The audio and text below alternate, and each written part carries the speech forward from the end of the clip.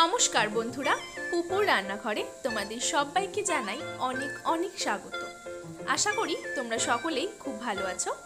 আমার এই ছোট্ট চ্যানেলে তোমাদেরকে অনেক অনেক ওয়েলকাম। দেখে নেওয়া যাক আমাদের আজকের রেসিপি। আজকে আমি তোমাদের জন্য নিয়ে এসেছি দারুণ সুস্বাদু আর খুবই চটপট, খুব সহজে তৈরি করে নেওয়া যায় এমন একটি খাবার।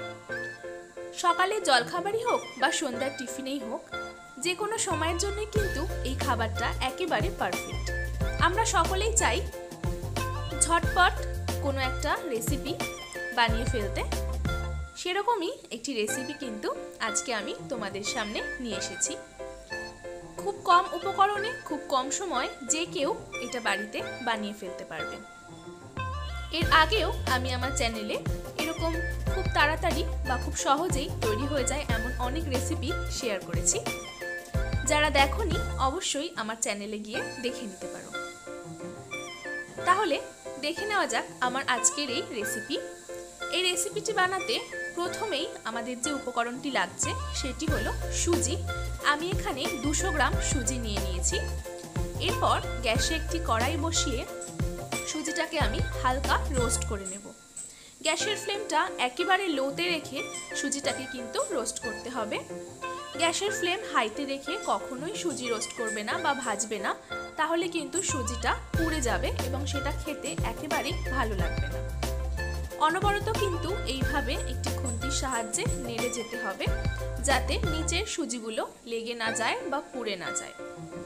মিনিট 2 সময় ধরে আমি এইভাবে সমস্ত সুজিটাকে ভেজে নিচ্ছি। সুজি হালকা লাল করে ভেজে নিতে হবে। সুজি ভাজা হয়ে গেলে খুব সুন্দর একটা গন্ধ আসবে। ঠিক ততক্ষণ পর্যন্তই সুজিটাকে ভাজতে হবে। খুব বেশি সময় ধরে সুজি ভাজবার একেবারেই দরকার নেই। মিনিট 2 সময় ধরে আমি সুজিটাকে খুব ভালো করে ভেজে নিয়েছি। এই অবস্থাতেই আমি রাখবো, আর ভাজবো না। গ্যাসের ফ্লেমটা বন্ধ করে সুজিটা আমি একটি পাত্রে ঢেলে নিয়েছি। এরপর ওই কড়াইতেই দিয়ে দিচ্ছি 3 টেবিল চামচ সর্ষের তেল। রান্নাটা সাদা তেলেও করা যেতে পারে, তবে আমি সর্ষের তেলেই করছি। তেলটা ভালো করে গরম করে তাতে দিয়ে দিচ্ছি একটু সর্ষে ফোড়ন আর শুকনো লঙ্কা। এখানে কারি পাতা তোমাদের কাছে থাকলে ব্যবহার করতে পারো, তাতে কিন্তু খেতে ভীষণ ভালো হবে। আমার কাছে নেই, তাই আমি ব্যবহার করছি না। ফোড়নটা হালকা নাড়াচাড়া করে আমি এখানে টুকরো করে কেটে রাখা আলু দিয়ে দিচ্ছি। সামান্য পরিমাণে একটু লবণ দিয়ে দিচ্ছি। ভালো করে আলুগুলোকে ভেজে নেব। এখানে আমি সামান্য পরিমাণে একটু হলুদ গুঁড়ো ব্যবহার করলাম। রান্নাটাতে খুব বেশি হলুদ ব্যবহার করার একেবারেই দরকার নেই। অপরদিকে আমি এখানে ছোট ছোট টুকরো করে কিছু ক্যাপসিকাম কেটে রেখেছি, সেই ক্যাপসিকাম কুচি দিয়ে দিচ্ছি। একইভাবে ছোট ছোট টুকরো করে গাজর, কাঁচা লঙ্কা আর ফুলকপি আমি কেটে রেখেছি, সেগুলোও কিন্তু আমি এখানে দিয়ে দিচ্ছি। এই রান্নাটাতে পেঁয়াজ ব্যবহার করা যাবে, তবে আমি নিরামিষভাবে রান্নাটা করছি বলে পেঁয়াজ ব্যবহার করিনি। তোমরা চাইলে এখানে তোমাদের ইচ্ছে মতো আরও বিভিন্ন সবজি কিন্তু ব্যবহার করতে পারো। সামান্য একটু নুন দিয়ে আমি ভালো করে সমস্ত সবজি ভেজে নিচ্ছি। সবজিগুলোকে ভালো করে ভেজে নিতে হবে। গ্যাসের ফ্লেমটা মিডিয়ামে রেখে মিনিট 3-4 সময় ধরে সবজি ভালো মতন সেদ্ধ হয়ে যাওয়া পর্যন্ত সবজিগুলোকে ভাজতে হবে।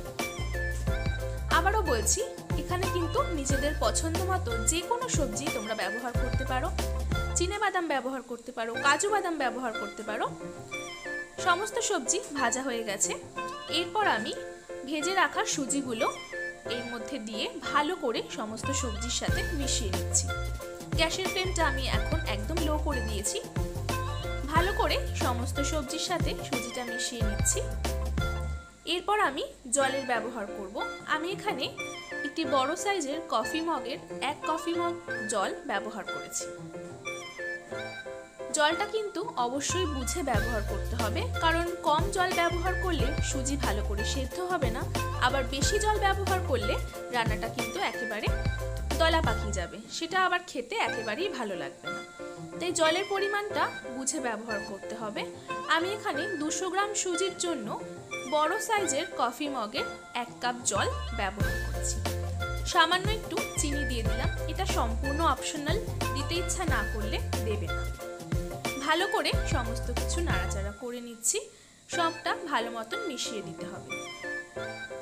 জল দেওয়ার পরে খুব ভালো করে এইভাবে নাড়াচাড়া করতে হবে যতক্ষণ না পর্যন্ত জলটা খুব ভালো করে সুজির সাথে মিশে যাচ্ছে এবং সুজিটা সেদ্ধ হয়ে যাচ্ছে। এ পর্যায়ে আরেকটু লবণ লাগবে, তাই আমি আরেকটু লবণ দিয়ে নিলাম। এখন একদম পারফেক্ট। আবারও ভালো করে একটু নাড়াচাড়া করে মিশিয়ে নিচ্ছি।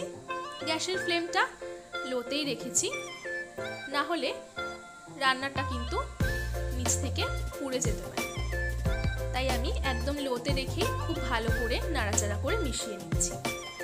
এরপর আমি গ্যাসের ফ্লেমটা অফ করে 5 মিনিট স্ট্যান্ডিং টাইমে রাখবো। ফিরে এলাম 5 মিনিট পর। আমি একদম প্লেটে পরিবেশন করে নিয়েছি। তৈরি হয়ে গেছে আমাদের আজকের খুব তাড়াতাড়ি খুব সহজেই বানিয়ে নেওয়া সুজির একটি রেসিপি। যে কেউ খুব সহজেই কিন্তু এই রেসিপিটি তৈরি করে ফেলতে পারবে। বাড়িতে অবশ্যই একবার এই রেসিপিটি ট্রাই করো। কেমন লাগলো কমেন্টে আমার সাথে শেয়ার করো। আমার আজকের ভিডিও ভালো লেগে থাকলে একটি লাইক করে দিও। আমার চ্যানেলটা সাবস্ক্রাইব করে পাশে থাকার অনুরোধ রইল। ভিডিওটা ভালো লাগলে বন্ধু ও পরিবারের সাথে ভিডিওটা শেয়ার করে দিও। হাজির হয়ে যাব আবারও অন্য কোনো রেসিপি নিয়ে। ততক্ষণ পর্যন্ত সকলেই খুব ভালো থাকবে, সুস্থ থাকবে। আজ এই পর্যন্তই। আজ বিদায় নিচ্ছি। ধন্যবাদ।